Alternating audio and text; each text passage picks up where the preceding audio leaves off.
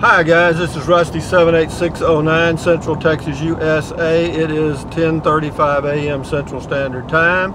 This is July the 18th, 2017. I'm on Park Road 4. I'm back home again. And now I have what I call the RV toilet saga. This is an ongoing series of events that just seem to keep getting worse. Shit. Anyway, got back, had a leak at my toilet in my RV, which some of you may be aware of. I did a short video about it. But anyway, for those of you that are not, I was on a camping trip, and while I was gone, my son checked on my RV and found out there was a leak at the toilet, and I knew that I had a new toilet. All I had to do was just install it.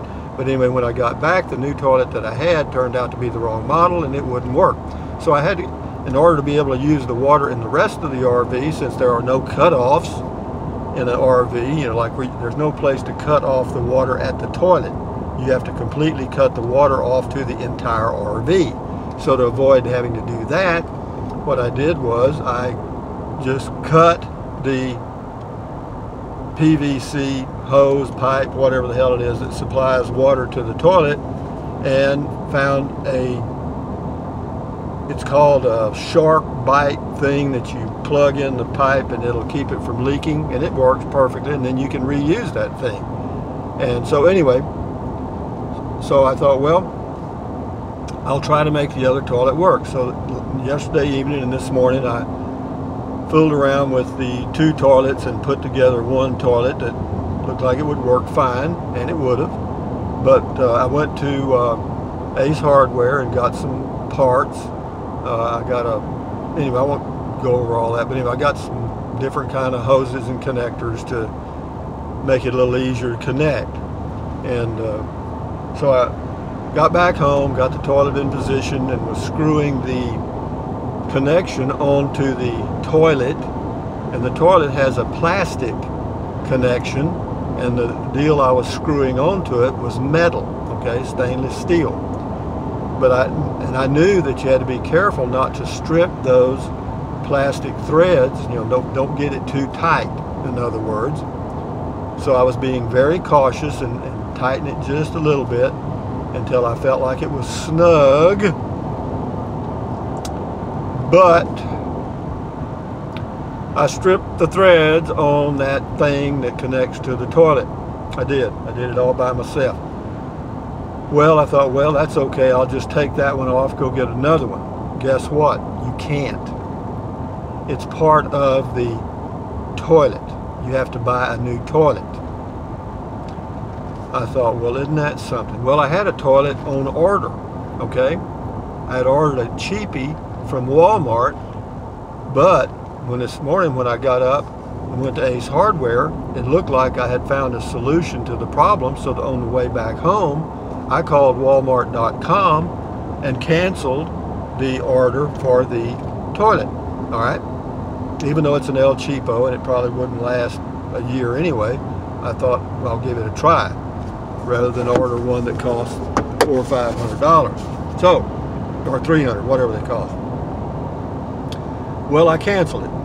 So and then when I get home and I stripped the threads out, I thought, well, you know, I better uncancel that canceled order.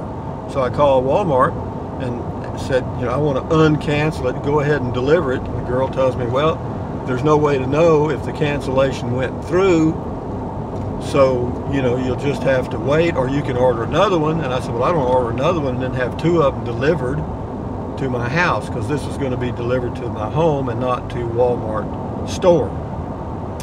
So what I have to do now is I have to wait till tomorrow to find out if the original order is being shipped or not. And if it's not, then I have to reorder, which basically delays the delivery of the toilet by 2 days. So all I have done in this whole thing about the RV toilet saga is run in circles and create more problems than I have solved. So, lesson learned. What was the lesson I learned? Don't tighten the connection to the toilet too tight, or you will strip those little fragile plastic threads and then you've got a real, well, not a real problem, but you're going to be faced with getting probably a new toilet. I tried to figure out a way to remove the connection to the toilet, but there's no way. It's punched on there some way. It doesn't screw off or any of that, and you can't pry it off, or there's no way. So, and then I thought, well, I could get a PVC connection that would fit on there and maybe have the same size opening and all that. And anyway, it just keeps going on. And so what that would be a piecemeal solution that would see, when you start adding connections, in other words, when you add a connection to a connection, there's just another place for a potential leak.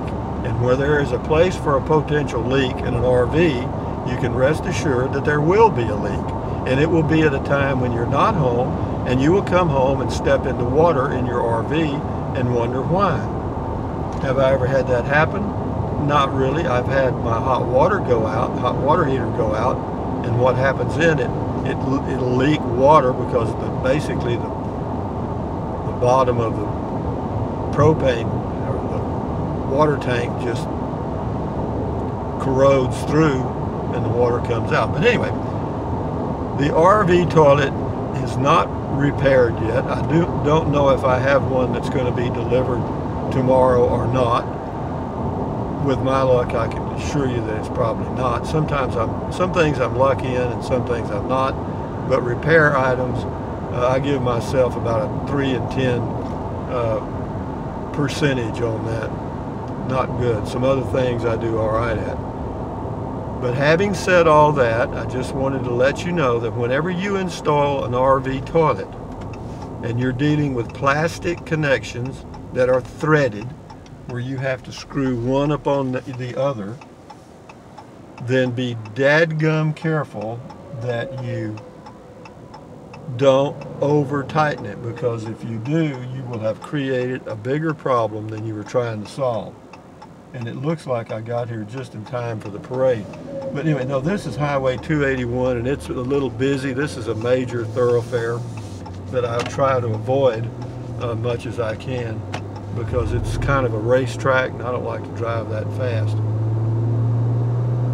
But anyway, I am back from my camping trip, and I've just got a little hurdle here to overcome, and I'm getting pretty good at that. Why don't you, and somebody may say, well, why don't you just go to somewhere in your area and buy a toilet for your RV? Well, that's a good question. Why don't I do that? The reason is that there's nobody that has any around here. They don't sell them. There's one place that does. It's a RV repair place. It's been here for years, but their prices are so astronomical that I'd rather just wait. I mean, I've got my 3-legged toilet, so that'll all work out.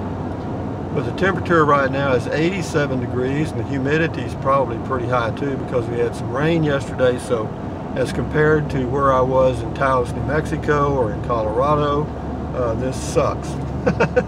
So why did I come home? I was just ready to come home, that's all. I mean, I just was. But anyway, I just wanted to give you a heads up on the RV toilet. For those of you that have it, if you do have a toilet problem, just be gentle when you're tightening those threads. Because if you aren't, you're going to strip them, and when you strip those plastic threads, there's nothing you can do. Not a thing. Not a thing. But anyway, guys, thumbs up, Carpe Diem for my adios, Carpe Diem, adios, bye-bye. Buy USA made when you can. Drink plenty of water. 3 or 4 quarts a day will not hurt you. You may TT like a racehorse or a 2 or 3 peckered possum, but you will feel a hell of a lot better.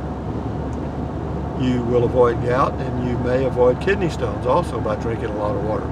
Also, take deep breaths, breathe in through your nose and out through your mouth several times a day, because that relieves stress. And I've been doing that a lot the past couple of days because I've been kind of stressed out over getting this toilet repaired. But having said that, stretch, walk, keep your health, and that's what it's all about, because when you lose your health, you ain't got nothing left, really. So adios, amigos. Enjoy your day and enjoy your life one day at a time. Bye-bye.